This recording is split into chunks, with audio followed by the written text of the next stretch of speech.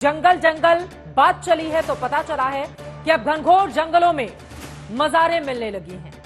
जी हां, उत्तराखंड सरकार ने दावा किया है कि जंगल की जमीन पर अवैध अतिक्रमण करके बनाए गए करीब 1000 मज़ारों का पता चला है, जिसे कब्जा मुक्त कराया जा रहा है। उत्तराखंड के मुख्यमंत्री ने इसे मज़ार जिहाद का नाम दिया है।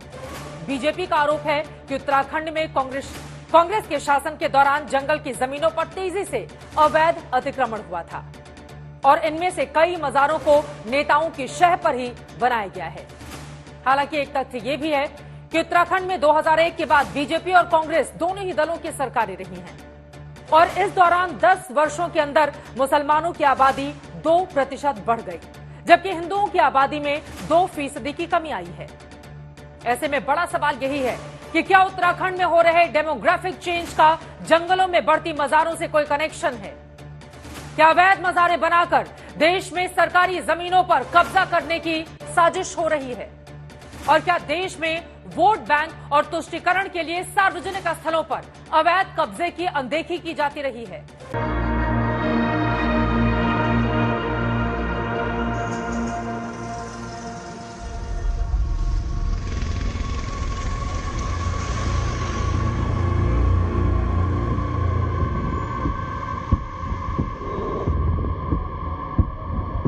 घनघोर जंगल जहां जानवर रहते हैं वहां इंसानों का जाना मना है, लेकिन उत्तराखंड के इन जंगलों में पेड़ के नीचे अवैध बाजारें उगती हैं।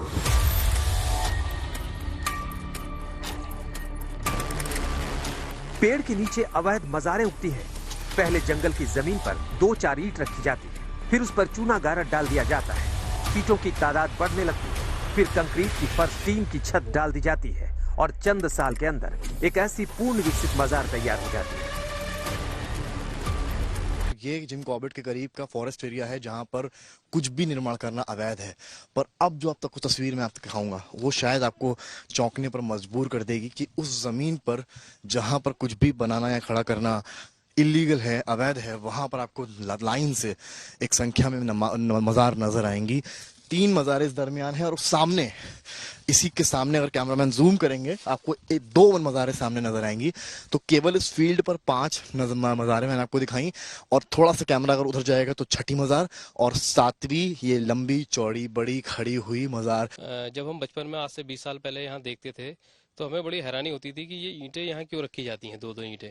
कई बार हमने पूछा भी लोगों से, भाई यहाँ क्यों रखी गई हैं, और वो आज जाकर समझ में आया कि वो 1 फुट की दीवार आज 9 फुट की दीवार बन चुकी है।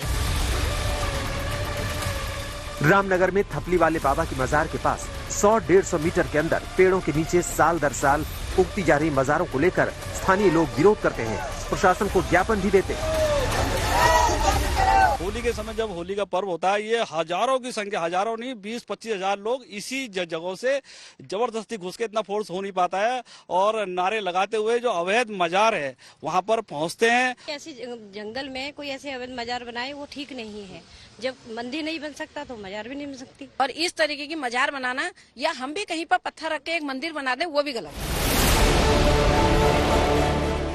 उत्तराखंड के अलग अलग इलाकों में जंगलों के प्रतिबंधित क्षेत्र में देखें तो ऐसी ना जाने कितनी ही मज़ारें दिख जाती हैं जो किसी न किसी पीर के नाम पर बनाई गई हैं। काला डूंगी के जंगलों में काफी अंदर आते हैं और यहाँ हमको मज़ारें नजर आती हैं। तो ये मज़ार जो यहाँ पर खड़ी है, इसका इनको खुद भी नहीं पता है कि इसमें ये असल मज़ार उनकी है या नहीं है, या उनकी उन पीर साहब की मृत्यु कहाँ पर हुई है। तो सवाल ये उठता है कि वन विभाग की नाक के नीचे किस तरह से इस तरह की मज़ारें खड़ी होती हैं और किस तरह से यहाँ पर आप देख सकते हैं चादर वगैरह पूरी चढ़ी हुई है। इनके नाम पर है, ये कालू सैयद पीर बाबा। तो इनके नाम पर तो और भी मज़ार मैंने सुना उत्तराखंड में बहुत हैं। लगभग कितनी होंगी? ये रानीखेत में है, नैनीताल में है, और जसपुर में है, ये हैं, और इसमें लामा चौड़ में है, एक हल्द्वानी तिराहे पे है, गुजरात में रेलवे स्टेशन पे है। गुजरात के रेलवे स्टेशन पर भी है। उत्तराखंड के मज़ारों की आड़ में सरकारी जमीन पर कब्जे की बढ़ती साजिश को लेकर पुष्कर सिंह धामी सरकार ने सख्त कदम उठाए हैं। और पिछले साल जून में ही सरकार ने वन विभाग को आदेश दिया कि जंगल की जमीन पर बनी अवैध मज़ारें, मस्जिदों, मंदिरों और चर्चों समेत अन्य धर्म स्थलों को चिन्हित किया जाए। इसके बाद उत्तराखंड के सभी 30 फॉरेस्ट डिवीजन में ऐसी रिपोर्ट तैयार की जाने लगी। ये सर्वे अभी पूरा भी नहीं हुआ और पता चला कि उत्तराखंड के वन विभाग की जमीन पर 1000 से ज्यादा अवैध मज़ारें मिली हैं। मजार जिहाद के नाम से कहिए, लैंड जिहाद के नाम से हो या किसी और जिहाद के नाम से, देवभूमि पर किसी भी कानून के विरुद्ध, धर्म के विरुद्ध कोई भी काम नहीं हो सकता है। उसके लिए हमने निर्णय लिया है कि हमने सभी का जहां एक तरह से सर्वेक्षण करवाया है और उस सर्वेक्षण में अभी तक 1000 से ज्यादा ऐसे स्थान चिन्हित किए गए हैं। उन सभी स्थानों पर जो भी निर्माण हुआ है, अतिक्रमण हुआ है, उसको कहा है कि उसको स्वतः ही लोग हटा लें जो इसके पीछे हैं, अन्यथा हमारा प्रशासन हटाएगा। अवैध मज़ारों का पता चलते ही उत्तराखंड सरकार ने पिछले साल ही अतिक्रमण हटाने का अभियान शुरू कर दिया। टिमली रेंज के जंगल की जमीन पर बनी अवैध मज़ार को बुलडोजर लगाकर हटा दिया गया। दिसंबर 2022 में ही देहरादून रेंज की 15 अवैध मज़ारें ध्वस्त की जा चुकी थी।